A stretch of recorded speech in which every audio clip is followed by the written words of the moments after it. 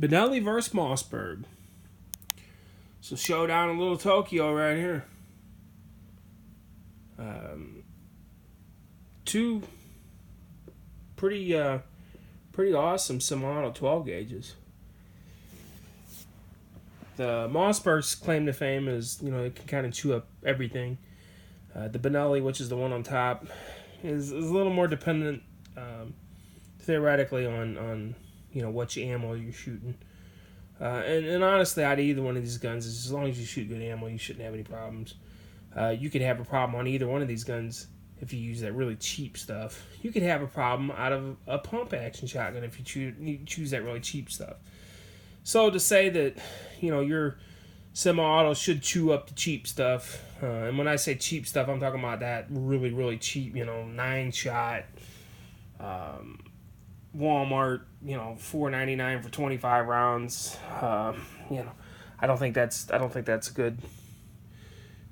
good base to compare, to put your gun up to, a good test. It's not a good test. I mean, if it runs it, then that's great. But I'm just saying, if it doesn't run it, I don't think you should sell your gun because of that.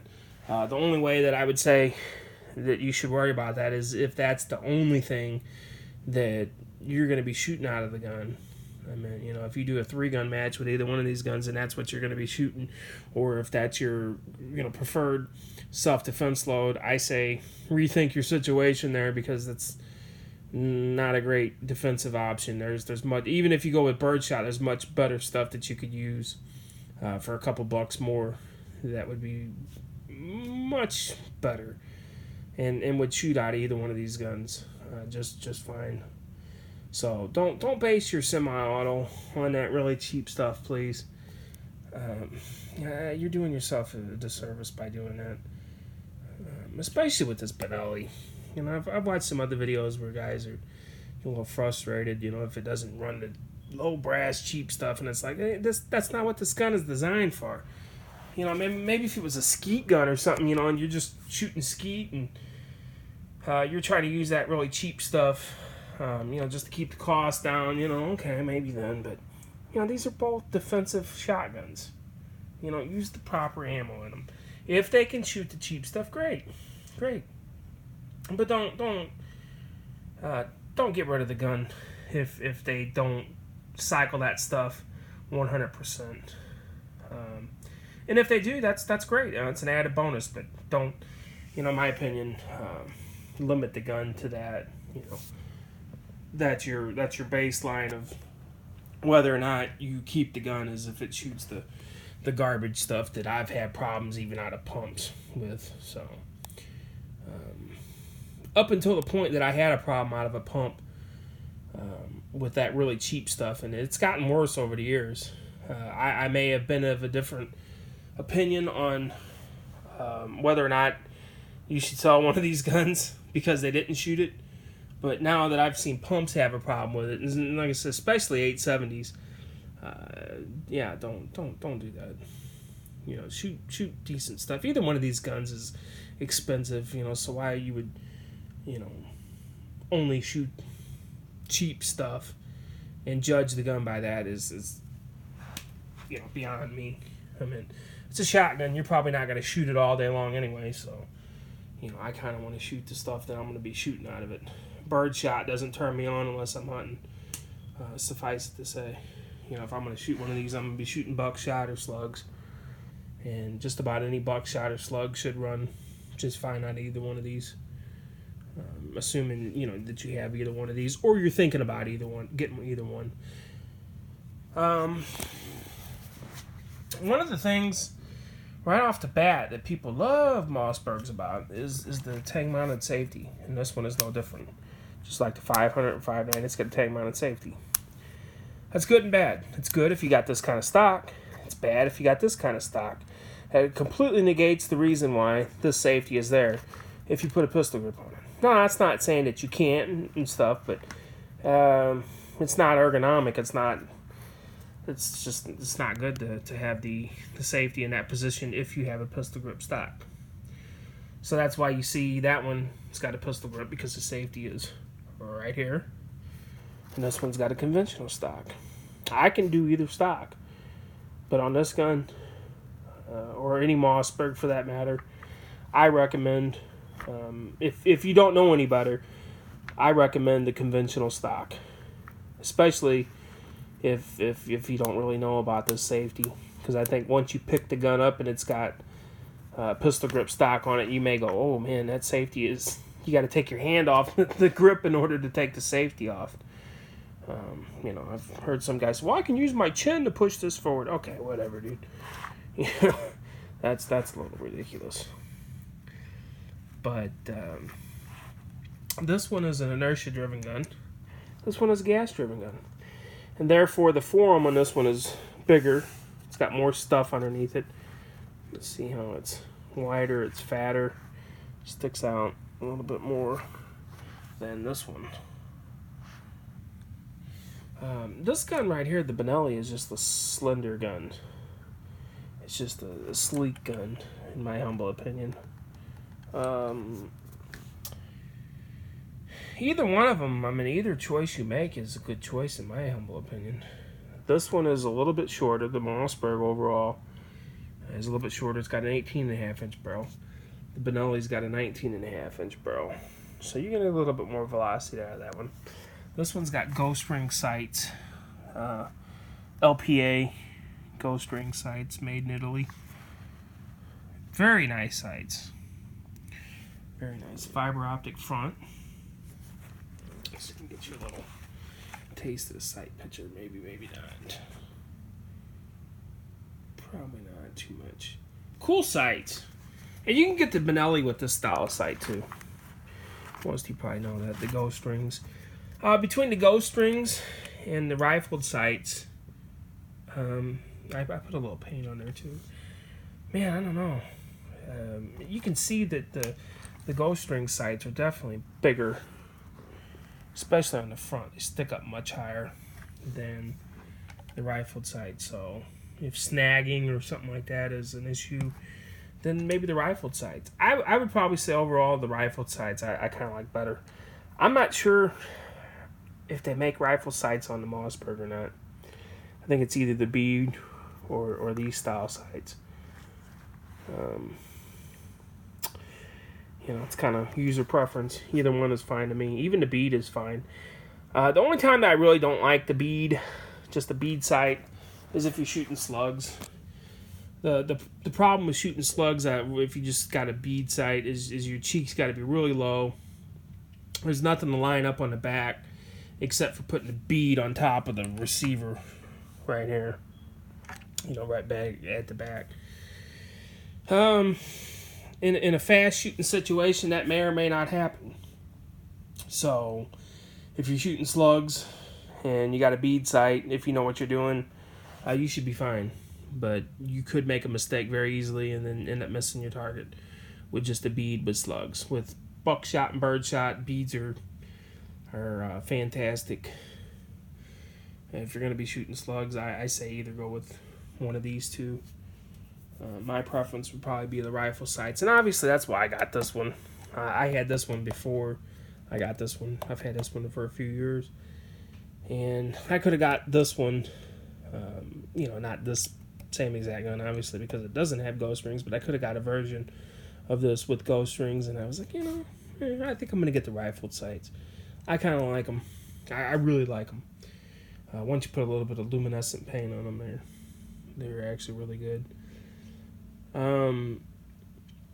As far as the operation, the biggest difference between the two of these guns, other than the system, how they operate like that, this is gas, this is inertia. This one has this button right here. You load it up, and then you hit this button, and it pops one out, and then you can rack it in. Or you can just put one in there from the beginning, and then load your tube, and you're good to go. But if you if you're the type of person that loads their tube first, and then you just try racking it, it won't go in. You actually have to hit this button and put a shell on the lifter. Then you can rack it in, and then load one more in. This gun, you don't have to do that. You just put them in, rack it, put another one in the tube, and you're good. Or you can just start with putting one in, and then loading up 7 in the tube. And they're both 8 shots, 7 plus 1 on both of them. That's an added step on this one. The cool thing about it is if there is one in the chamber, you can just, without shooting it, without shooting it, you can just rack it out without stripping another round off. And what's cool about that is let's say you got a different type of ammo that you need to use, like maybe you need to switch you got slugs loaded up in it and you need to switch the buckshot, whatever. You can do that. You can just hit the bolt and eject the round in the chamber, then slip in a slug or, whatever. That's kind of the idea behind it. You can change it, or you can make the gun safe, completely safe, without racking another one in. That's also another thing that you can do. You can just take that one out, stick it back in the tube if you got enough room, or stick it on your pouch, pocket, wherever, and the gun is effectively unloaded. The chamber is. That's good and bad. Most shotguns I've shot don't have that, so it takes a little bit of getting used to.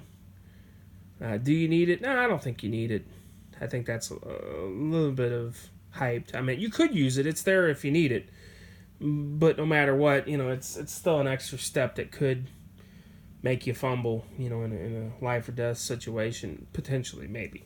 Probably not, but this one, every time bolt racks, it strips a new one off and does its thing. If you have a malfunction in this, because every time you pull the trigger, that goes up, which puts another one on a shell carrier. As this one's popping out, then it puts another one up in there. So if you have a malfunction with that button, could cause a malfunction in the gun. Not saying this couldn't have a malfunction, but it's I don't know. Take it for what it's worth is what I'm saying. You may or may not like that. I think it's both an advantage and a disadvantage of the Benelli. This gun, it's just a good gun. It's just a good gun overall. This Mossberg. You see the reviews on them and stuff, and some people have had issues with them. I think with anything you can get a lemon. Big Daddy Hoffman, he was having a problem with his.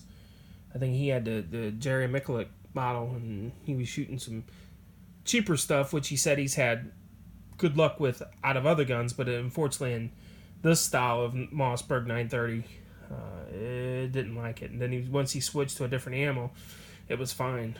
So he was getting ready to get mad. Well, no, he was getting mad about it, and about ready to throw the gun away. And it was birdshot. It was just cheaper birdshot stuff. I don't know if it was super, super cheap stuff, but it wasn't nothing. It was like 7.5, 8 shot light stuff. So take that for what it's worth. Neither one of these guns do you have to hit the button here in order to load it. They both load. Well, actually, once you fire this gun,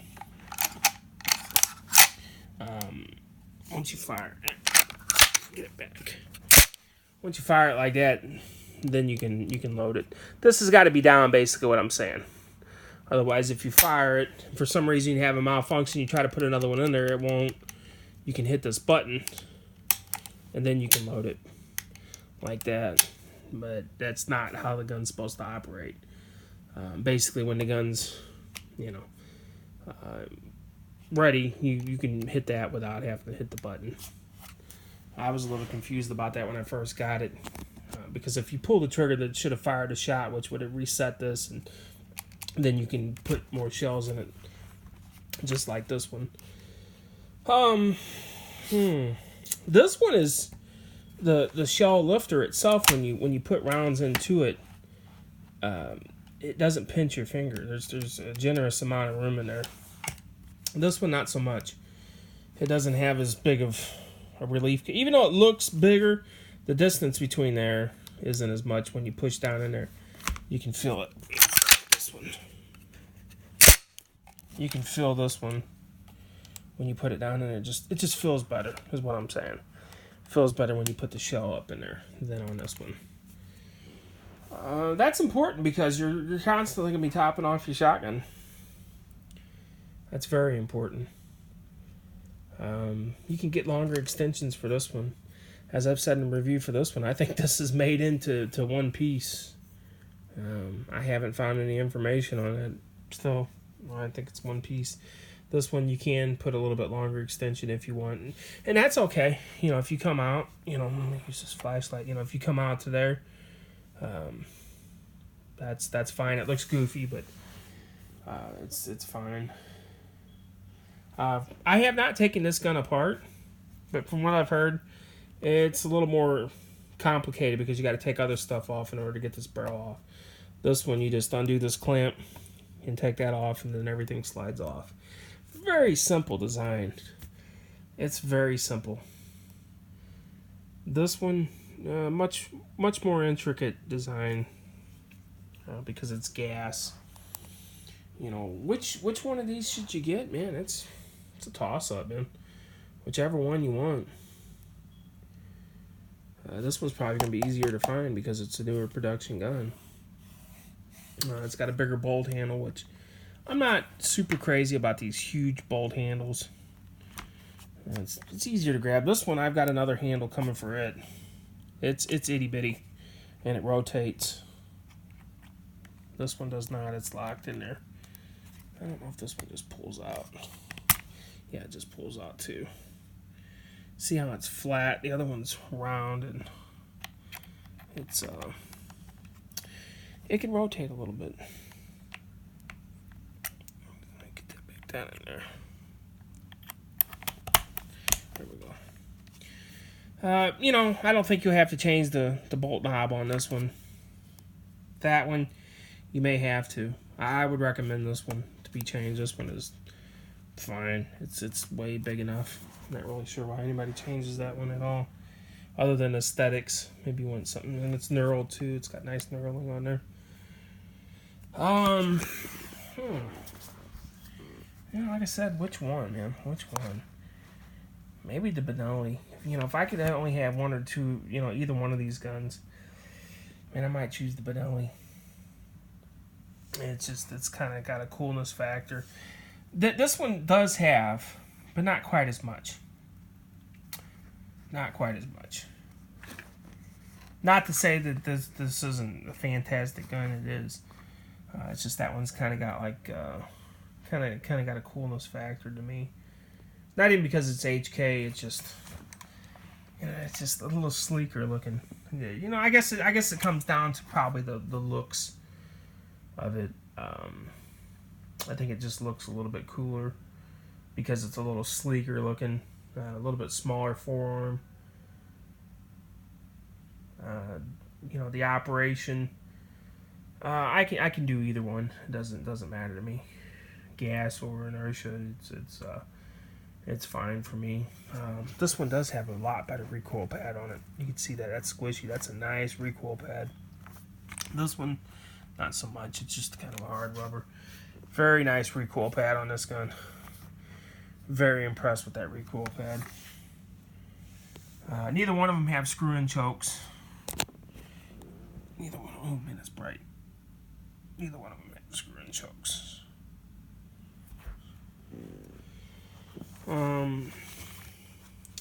This one's got a cocked indicator on here. See if I can get it right there in the trigger, so it shows you that it's cocked. Right there. That's kind of cool. You can put your finger in the trigger guard and feel it, which you shouldn't really do that, but you can visually see it too. Just cool guns, man. Both of them. I guess a little more options on sight with this rail up top, and it just comes off with this quick detach screw right here. You just unscrew it and you can take that off. Put a red dot. That's definitely an advantage of this gun right here. This one is not drilled and tapped for that, so that could be something that turns you onto this gun more, is the fact that it's already drilled and tapped. I've heard some people say that they've gotten crooked ones and stuff. Mine is not. It's fine. The finish on on them is the tube is a little more parkerized, and this is just more like a painted finish, a matte painted finish.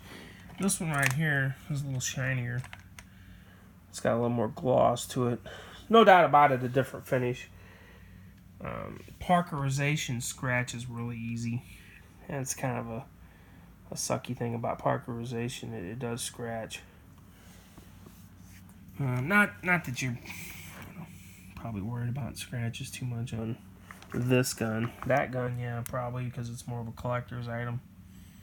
And if you can get one that's beat up, and save a couple $100, by all means, I think you'll be very happy with either of these.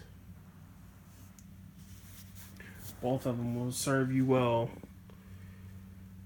for hunting, hogs, deer. Follow your local laws as far as magazine capacity. Not sure how well the game warden would look at you if you pulled either one of these out.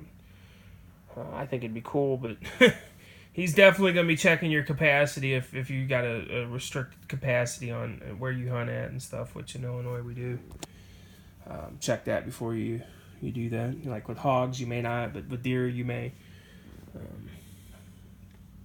Like here, we can't fire more than three consecutive rounds. So yeah, anyways, kind of my take on both guns.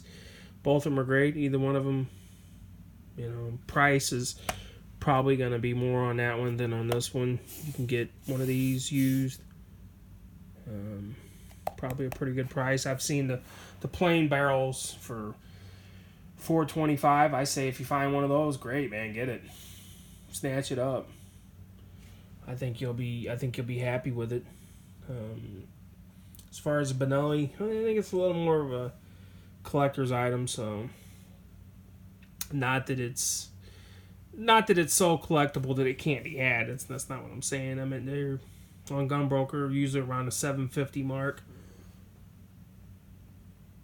I think these two guns stack up against each other pretty well.